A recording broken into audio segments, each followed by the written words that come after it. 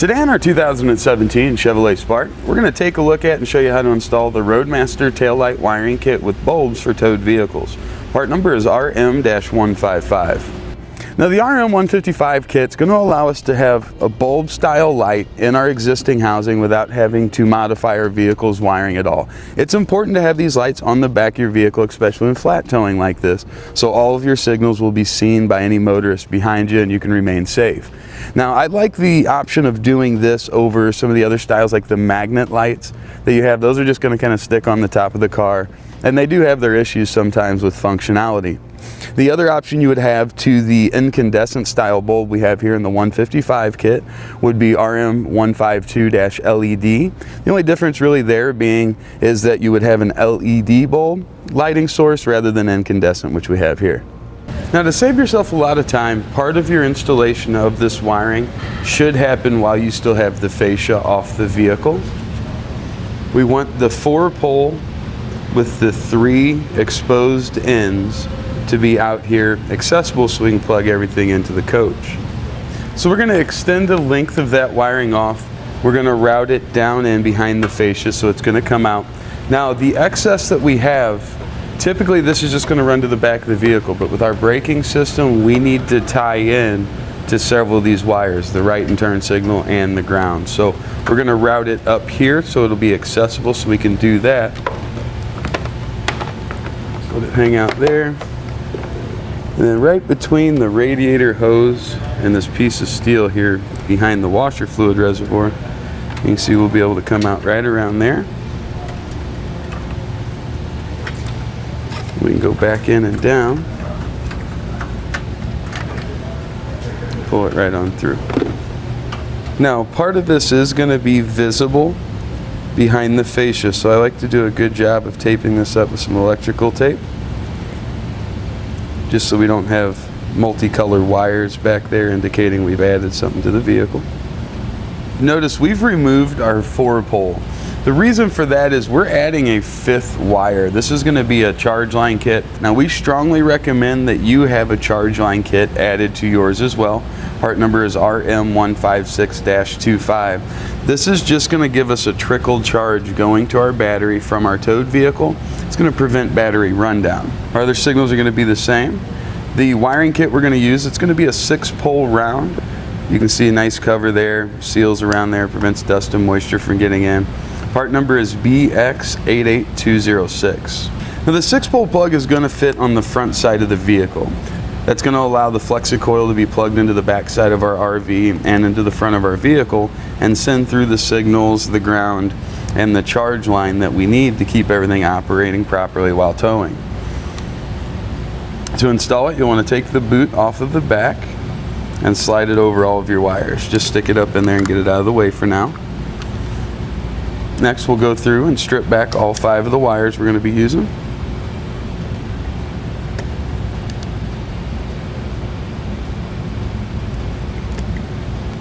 Alright, now the flat part of course is going to be the top of the plug.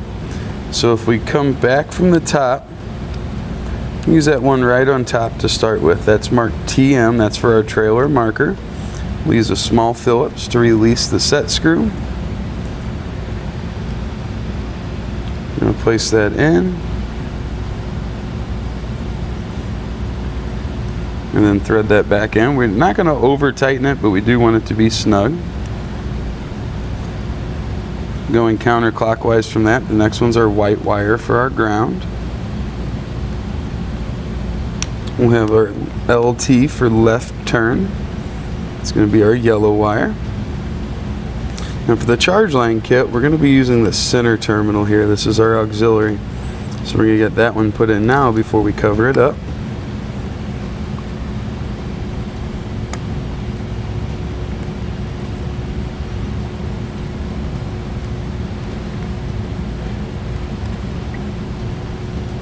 And the last one, going again counterclockwise, is going to be the green one for right turn.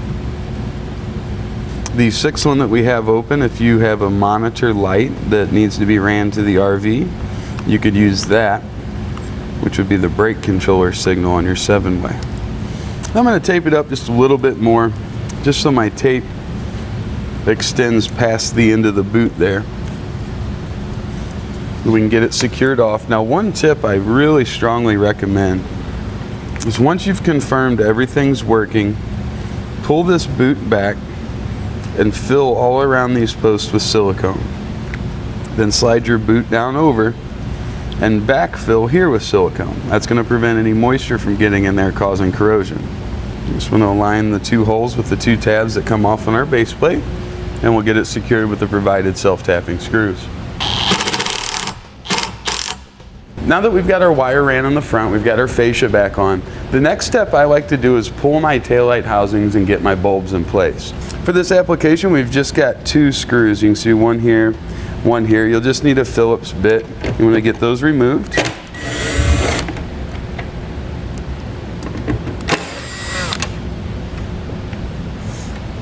Then if we reach right up here at the top corner, we want to pull straight out on the light housing. Just like that. On the back side, we can see a place where 3 bulbs go in. We want to turn these counterclockwise and then pull out so we can remove those.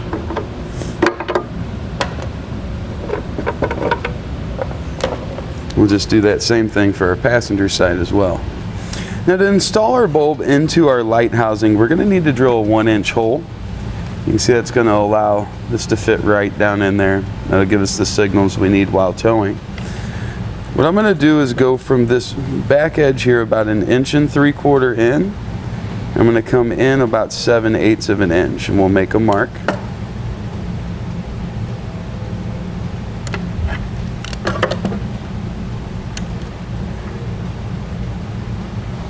Now, as I drill this out, I'm going to use a shop vac, and I'm going to put it right over the hole where our bulb goes in.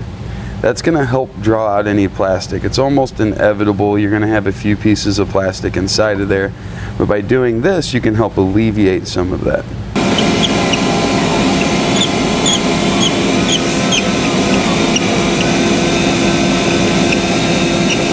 Now we're going to test fit our bulb here. See, we've got little fingers here, and we can bend those out slightly. If the fit's a little bit loose, just kind of bend these out just a little bit so it gets a good secure grab when we slide it in there.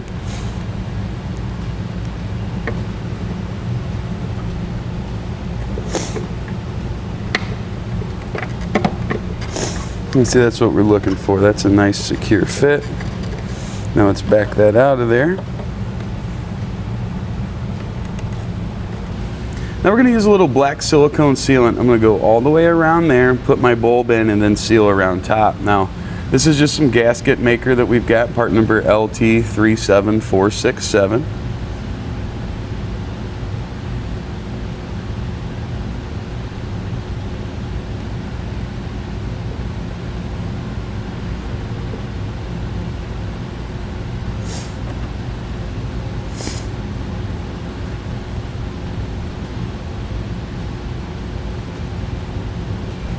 You see we've got that sealed up all the way around. Now you want to let that sit and give that silicone some time to dry. That way it'll hold it in place really well for us. While we're doing that, we can take care of the other side. We're going to do it just the same way. Now while we're waiting for our sealant to set up, it's a good time to start running our wire towards the rear of the vehicle.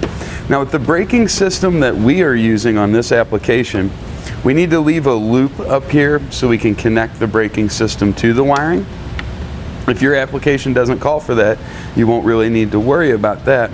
But we want to run this safely to the rear of the vehicle. We need to avoid moving parts, heat sources, and sharp edges. Anything that might cause damage to the wire, we want to stay away from. We're going to run right underneath the battery box here. And we'll go underneath and start getting some zip ties put in place to hold it up and out of the way. And once we come underneath our battery box, we're able to zip tie it off right here. We want to go straight back to our firewall.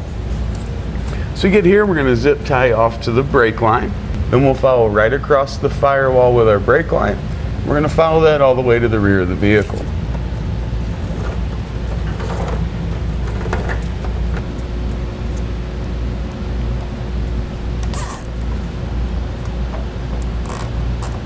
Once we get back behind the evap canister, we'll just run right over top of that.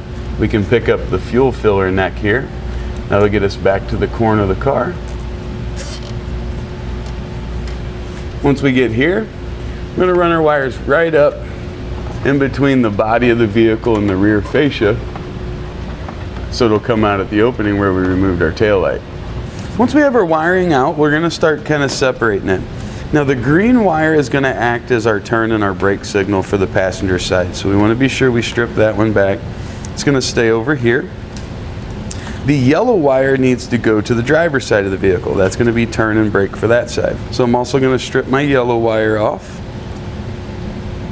Then you can just pull them apart. As you see, it's just a little film that holds them together. And that yellow wire, we're going to direct that right back down where it just came from. And then while we hold our wire, we'll just continue pulling on that to strip it on down to the bottom of the car there. And we'll start with our green wire. We want to pull up so we have plenty of slack. Then we're going to snip that off. We need to get it stripped back.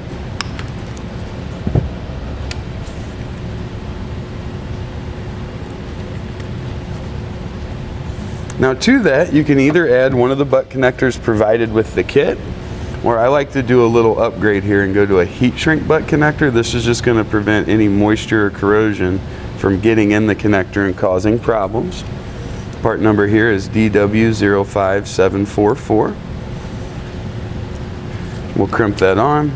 That'll be ready to connect to our wiring. We're going to do the same thing with our white and our brown wire. We can leave these together. It's just going to make it a little bit easier to run over to the other side.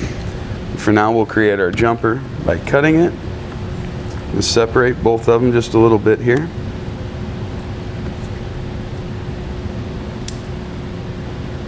Now we'll strip those back.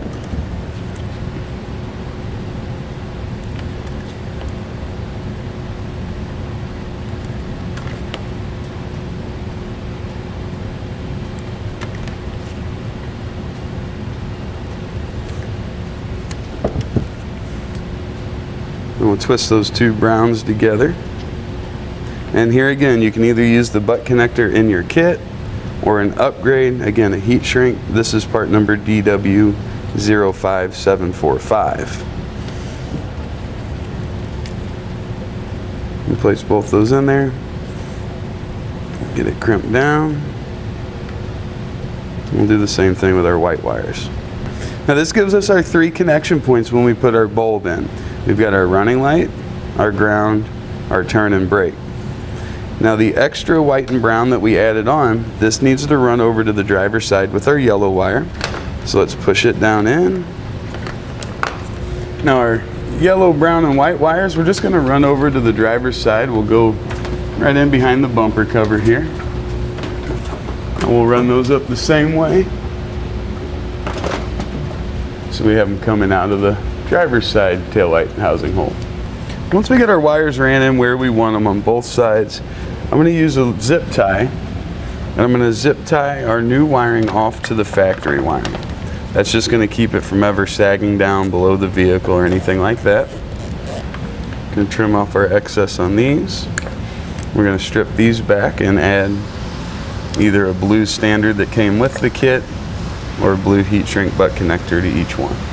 Now here on our driver's side, for our yellow wire and our brown wire, we're just going to put on a standard blue butt connector, just like that. For the white wire, we'll take that little piece that we've cut off, we're going to add the ring terminal that's provided to it. We're going to get the 2 of these crimped together. Again, we're going to use one of the yellow butt connectors here. You can use the standard provided or a heat shrink. Crimp that down. Then I like to just zip tie this up and out of the way. And we're going to use a self-tapping screw and start our hole.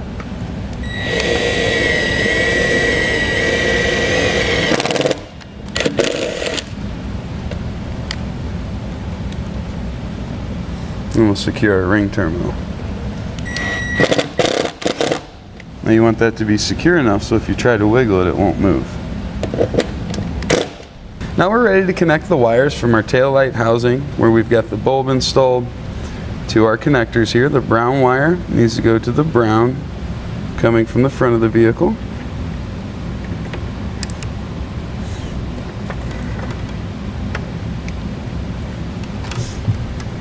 The red wire, it's going to go to the yellow, or on the passenger side it would be green. And our black wire, that's going to go to the white wire, or ground. Now, since we are running a smaller wire into a larger butt connector, it'd be a good idea to strip that back about twice as far as normal.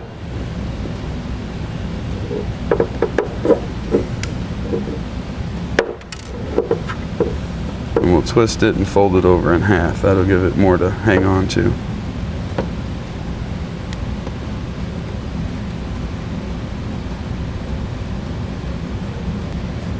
Now you can use a heat gun, mini torch, or a lighter, and we'll shrink our connectors down. You just want to do a little bit of heat at a time. You don't want to overheat them. And see them start to shrink. And when they're fully shrank down around the wire, it looks like the wire magnifies. See how it looks like it gets bigger?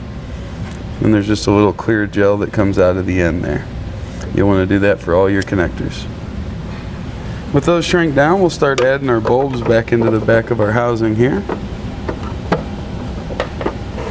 The yellow and gray goes to the middle. The blue and gray is going to go down at the bottom. And then the red and black, we want that at the top.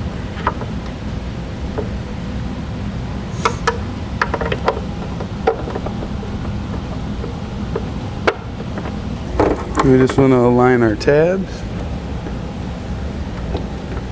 And push our housing back in place, and then we'll secure it with our screws.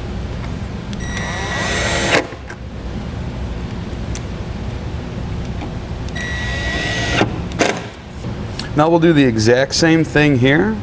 Black goes to white, brown goes to brown, but this time red will go to green. Then all of our factory lights will be in the same location. Now, to test out your wiring installation, you'll want to install your pigtail that's going to go between your coach and the front of your vehicle. Now, in our towing vehicle, we'll turn on our running lights, our left turn signal, our right turn signal, and our brakes. Now, with everything working properly, that's going to complete our installation of the Roadmaster taillight wiring kit with bulbs for towed vehicles. Part number is RM-155 on our 2017 Chevrolet Spark.